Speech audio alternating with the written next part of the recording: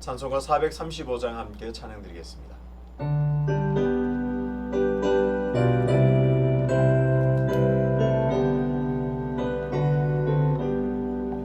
나의 영원하신 이여 생명보다 귀하다. 나의 갈 길 다가고 나와 동행하소서. 주께로 가까이 주께로 가오니 나의 갈 길 다가고 나와 동행하소서. 세상 흠이 아니란 것 모든 병해버리고 험한 길을 가는 동안 나와 동행하소서. 주께로 가까이 주께로 가오니 나의 갈 길 다가고 나와 동행하소서. 모든 골짝 지나가며 험한 바다 건너서 천국문에 이르러 나와 동행하소서. 주께로 가까이 주께로 가오니 나의 갈 길 다가고 나와 동행하소서.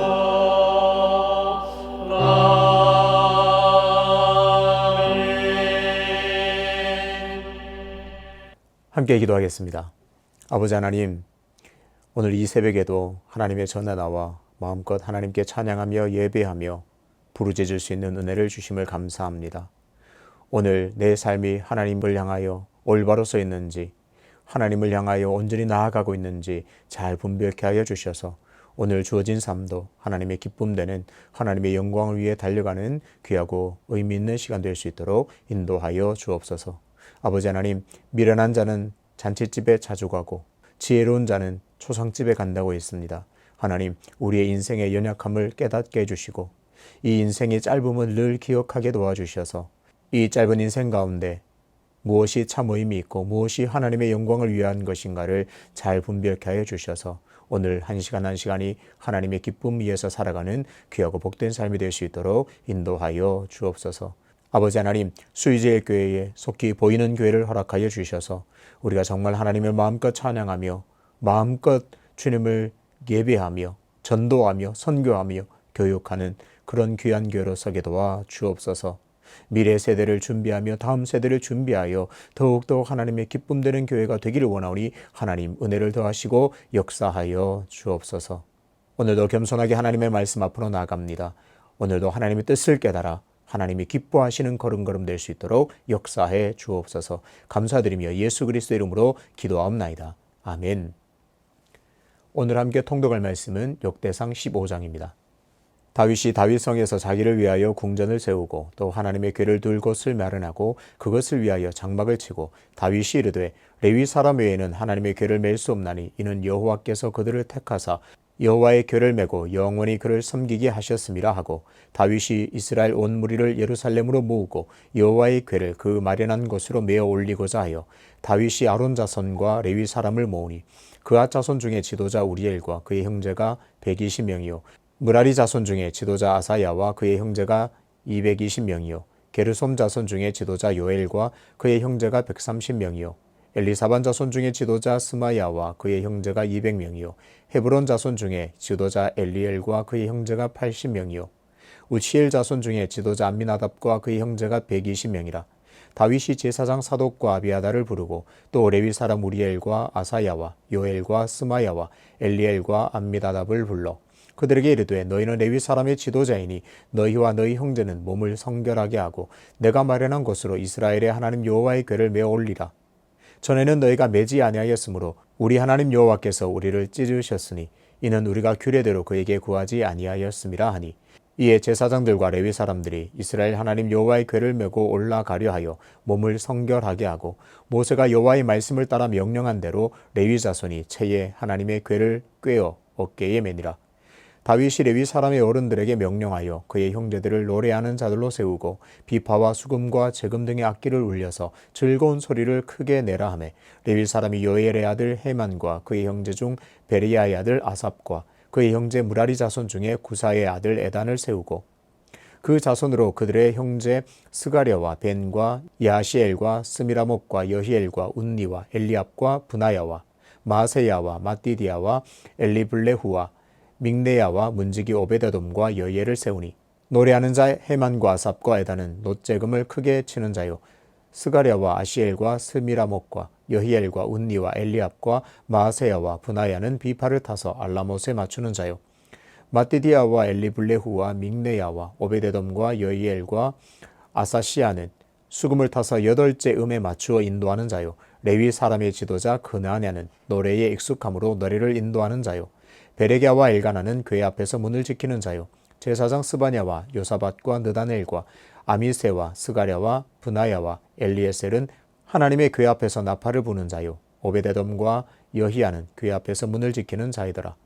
이에 다윗과 이스라엘 장로들과 천부장들이 가서 여호와의 언약궤를 즐거이 메고 오베데돔의 집에서 올라왔는데 하나님이 여호와의 언약궤를 맨 레위 사람을 도우셨으므로 무리가 수송아지 7마리와 순양 7마리로 제사를 드렸더라. 다윗과 및 궤를 맨 레위 사람과 노래하는 자와 그의 우두머리 그나냐와 모든 노래하는 자도 다 세마포 겉옷을 입었으며 다윗은 또 배에 에봇을 입었고 이스라엘 무리는 크게 부르며 뿔나팔과 나팔을 불며 재금을 치며 비파와 수금을 힘있게 타며 여호와의 언약궤를 메어 올렸더라. 여호와의 언약궤가 다윗 성으로 들어올 때에 사울의 딸 미갈이 창으로 내보다가 다윗 왕이 춤추며 뛰노는 것을 보고 그 마음에 업신여겼더라. 아멘. 말씀대로 행하는 기쁨이라는 제목으로 말씀을 전하겠습니다. 역대상 13장에서 다윗은 기럇 여아림에 있는 법궤를 예루살렘으로 옮겨오려는 일을 시도하다가 실패했습니다. 실패의 원인은 다윗의 의도가 순수하지 못했습니다. 또 율법대로 진행하지 않았기 때문입니다. 하나님을 위해서가 아니라 자신을 위한 정치적인 목적으로 법궤를 옮겨오려고 했습니다. 그리고 그 과정에서 율법을 근거로 진행하지 않고 블레셋 사람들이 사용했던 방법대로 법궤를 옮겨오려다가 실패했습니다. 당연히 이런 의도에서 출발했기에 의논의 대상도 천부장, 백부장, 모든 지휘관들이었습니다. 한 번의 뼈아픈 실패를 경험한 다윗은 후에 깊은 반성과 회개를 하게 됩니다. 자신을 하나님 앞에서 정직하게 들여다보면서 순수하지 못한 동기를 회개하면서 돌이킨 것으로 보입니다. 자신이 아니라 하나님을 위해서 법궤를 옮겨와야겠다고 마음먹습니다. 아, 나를 위해서 법궤를 이용하려고 했구나. 나의 욕망과 나의 욕심을 채우려고 하나님을 이용하려 했구나. 철저하게 회개하면서 이제는 정말 순수하게 하나님을 위해서 하나님을 사랑하고 하나님을 경외하는 마음을 가지고 법궤를 다시 옮겨오려고 합니다. 법궤를 운반하는 모든 방법도 이제는 오직 철저하게 율법대로 진행하려고 합니다. 이렇게 철저하게 반성한 다윗은 진실된 마음으로 다시 법궤를 옮겨오기 위한 준비에 돌입합니다. 1절을 보면 다윗은 법궤 둘 장막을 마련합니다. 1절을 보겠습니다. 다윗이 다윗성에서 자기를 위하여 궁전을 세우고 또 하나님의 궤를 둘 곳을 마련하고 그것을 위하여 장막을 치고 다윗은 법궤에 옮겨오기를 실패한 후에 자기를 위해서 궁전을 짓고 곧바로 법궤를 둘 장막을 준비합니다. 하나님의 법궤를 둘 장막을 준비했습니다. 이 내용을 근거로 볼 때 1차 법궤 운반 시도 때는 법궤를 둘 만한 마땅한 장소도 준비하지 않았음을 알 수 있습니다. 그만큼 다윗은 성급하게 법궤를 옮겨오려고 했다는 것을 알 수 있습니다. 이것저것 따지지도 않고 무조건 나를 위해서 법궤를 빨리 예루살렘으로 옮겨와야만 해 이 생각에 매몰되었던 것 같습니다. 그만큼 다윗은 성급하게 법궤를 옮겨오려고 했다는 것을 확인합니다. 최근 유튜브에서 이런 썸네일을 본 적이 있습니다. 성급함이 바로 죄입니다. 참 의미심장한 제목이다 그렇게 느꼈습니다. 성급함을 추적해보면 대부분 나의 욕망과 욕심을 채우려는 의도가 있음을 발견하게 됩니다. 다윗의 법궤 운반 1차 시도가 얼마나 자신의 욕망을 이루기 위해서 성급하게 진행되었는지 오늘 1절을 통해서 우리는 확인하게 됩니다. 살아가면서 어떤 문제에서 나 자신에게서 성급함이 보인다면, 내가 왜 이렇게 성급하게 뭔가를 하려고 하지? 그것이 보인다면 정직하게 그 동기를 살펴서 지나친 욕심이 없는가를 잘 보아야 하겠습니다. 그래서 그 성급함의 원인을 잘 보시고 정말 하나님 앞에 자신을 비추어서 이 성급함이 나 자신을 위한 욕망은 아닌지, 너무 욕심이 지나친 것은 아닌지 성령의 조명으로 살펴보아야겠습니다. 이렇게 다윗은 법궤를 둘 처소를 마련한 후에 본격적으로 법궤 옮기는 일을 의논하고 준비합니다. 13장과는 접근 자체가 완전히 다릅니다. 13장에서 법궤 음반을 위한 의논 대상은 천부장과 백부장 그리고 모든 지휘관들이었습니다. 정치적 입장이었고 정치적 군사적인 접근이었음을 알 수 있습니다. 하지만 2차 음반을 위한 의논 대상은 레위인들이었습니다. 그것도 고앗 자손을 중심으로 의논하고 준비합니다. 2절을 보겠습니다. 다윗이 이르되 레위 사람 외에는 하나님의 궤를 맬 수 없나니 이는 여호와께서 그를 택하사 여호와의 궤를 메고 영원히 그를 섬기게 하셨음이라 하고, 다윗이 이스라엘 온 무리를 예루살렘으로 모으고 여호와의 궤를 그 마련한 곳으로 메어 올리고자 하여. 다윗은 우사가 죽은 사건을 분명히 기억하고 반성했습니다. 잘못돼도 뭔가 크게 잘못되었구나 반성하면서 회개합니다. 그래서 이번에는 철저하게 율법을 근거로 법궤 옮기는 일을 준비하고 진행합니다. 그래서 2차 법궤 운반을 위한 의논 대상은 레위인입니다. 다윗도 이제는 분명히 아는 것 같습니다. 레위 사람 외에는 하나님의 법궤를 맬 수 없다. 그래서 뼈저린 반성의 결과 그렇게 준비하게 됩니다. 전에는 너희가 매지 아니하였으므로 우리 하나님 여호와께서 우리를 찢으셨으니 이는 우리가 규례대로 그에게 구하지 아니하였음이라 하니, 율법대로 행하지 않았을 때에 처참한 실패를 거울 삼아서 이제는 오직 율법대로 진행합니다. 왜 내가 실패했는가? 내가 율법대로 행하지 않았구나. 내 의도가 순수하지 않았구나. 철저하게 반응하면서 내 의도를 순수하게 고치고, 그래서 율법대로 철저하게 준비하고 있습니다. 하나님께서 레위인을 택하시고 또 영원히 하나님을 섬기도록 하셨다는 사실을 이제야 확실하게 인식하고 기억하고 깨달았습니다. 5절부터는 특히 성물을 감당할 또 고앗 자손을 선두로 레위인들의 숫자가 나옵니다. 다윗이 얼마나 율법대로 하기를 힘썼는지를 이 대목을 통해서 발견하게 됩니다. 고앗 자손을 비롯한 레위인들과 제사장들의 총 수를 합했더니 862명입니다. 그러니까 레위 자손만 해도 거의 1000명에 육박할 정도로 정말 레위인들을 중심으로 말씀 중심으로 말씀대로 준비했음을 발견하게 됩니다. 이렇게 법궤를 모셔둘 장막을 준비하고 레위인과 철저하게 의논하고 계획한 다윗은 마지막으로 온 이스라엘을 모으게 합니다. 단순히 이것은 다윗 왕 자신의 어떤 나 한 사람의 행사가 아니라 국가적인 행사로 만들어서 하나님을 경외하도록 준비시킵니다. 이것은 왕 개인의 어떤 즐거움과 개인의 영리 목적을 위해서 또 개인이 좋아서 하는 일이 아니라 온 이스라엘이 하나님을 찾고 하나님을 기쁘시게 해야 된다. 그렇게 국가적인 행사로 추진하고 준비시키고 있습니다. 온 이스라엘이 다시 하나님을 찾도록 준비시키고 있습니다. 이렇게 모든 준비를 마친 후에 다윗은 소집한 레위인 지도자들을 성결하게 합니다. 너희 레위인 지도자들이여 하나님 앞에 너희를 성결하게 하라 명령합니다. 다윗이 제사장과 레위인 지도자들을 성결하게 하는 것을 보면 진정으로 이 일이 하나님을 경외하고 하나님을 위한 일로 인식하고 있음을 알 수 있습니다. 그저 자신의 목적, 자신의 모든 이익을 위해서 추구했을 때는 이런 대목이 나오지 않습니다. 그런데 오늘 다윗은 레위인과 제사장들의 우두머리들에게 성결하게 하라 그렇게 말합니다. 이것은 정말 하나님을 향한 행사이며 하나님을 위한 행사이고 하나님의 말씀대로 이루어지는 행사임을 분명히 그는 인식하고 있습니다. 다윗 자신의 왕권을 위해서가 아니라 그런 사사로운 욕심으로 하려는 것이 아니라 성결하게 준비시켜서 오직 하나님을 기쁘시게 하려는 거룩한 동기로 진행되고 있음을 보여줍니다. 이렇게 모든 준비를 마친 다윗은 드디어 법궤를 예루살렘으로 옮겨오게 됩니다. 15절을 보겠습니다.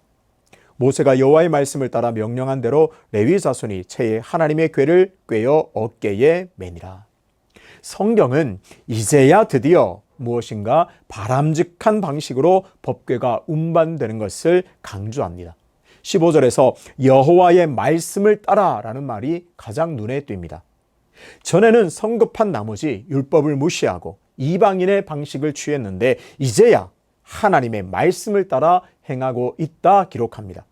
또 명령한 대로라는 말이 눈에 들어옵니다. 전에는 명령대로 하지 않았는데 이제야 드디어 명령한 대로 법궤를 어깨에 메고 운반하고 있음을 기록합니다. 그렇습니다. 하나님의 일은 하나님의 말씀과 명령에 따라 진행되어야 합니다. 하나님을 앞세워 내 욕심을 채우려고 해서는 안 됩니다. 여호와의 말씀을 따라 명령한 대로 항상 순종하며 행해야 합니다. 이렇게 말씀을 따라 행했던 자들에게 기쁨과 즐거움이 그들에게 임했습니다. 전에는 정말 자신의 어떤 욕망을 위한 자신의 기분에 취했다면 이제는 하나님께서 주신 기쁨이 그들에게 임했습니다. 다윗은 레위인들의 어른들에게 명령하여 각종 악기로 하나님을 찬양토록 명령합니다. 헤만과 아삽과 에단이 선두에서 노래하고 각각 악기를 동원해서 하나님을 즐겁게 찬양했습니다. 다윗도 얼마나 즐거운지 정말 기뻐하면서 하나님 앞에서 춤추며 뛰놀았습니다. 얼마나 열심히 춤추고 즐거워했는지, 얼마나 뛰놀았든지 이 미갈은 다윗의 모습을 보고, 이런 다윗의 모습을 보고 마음에 그 다윗을 업신여길 정도였습니다.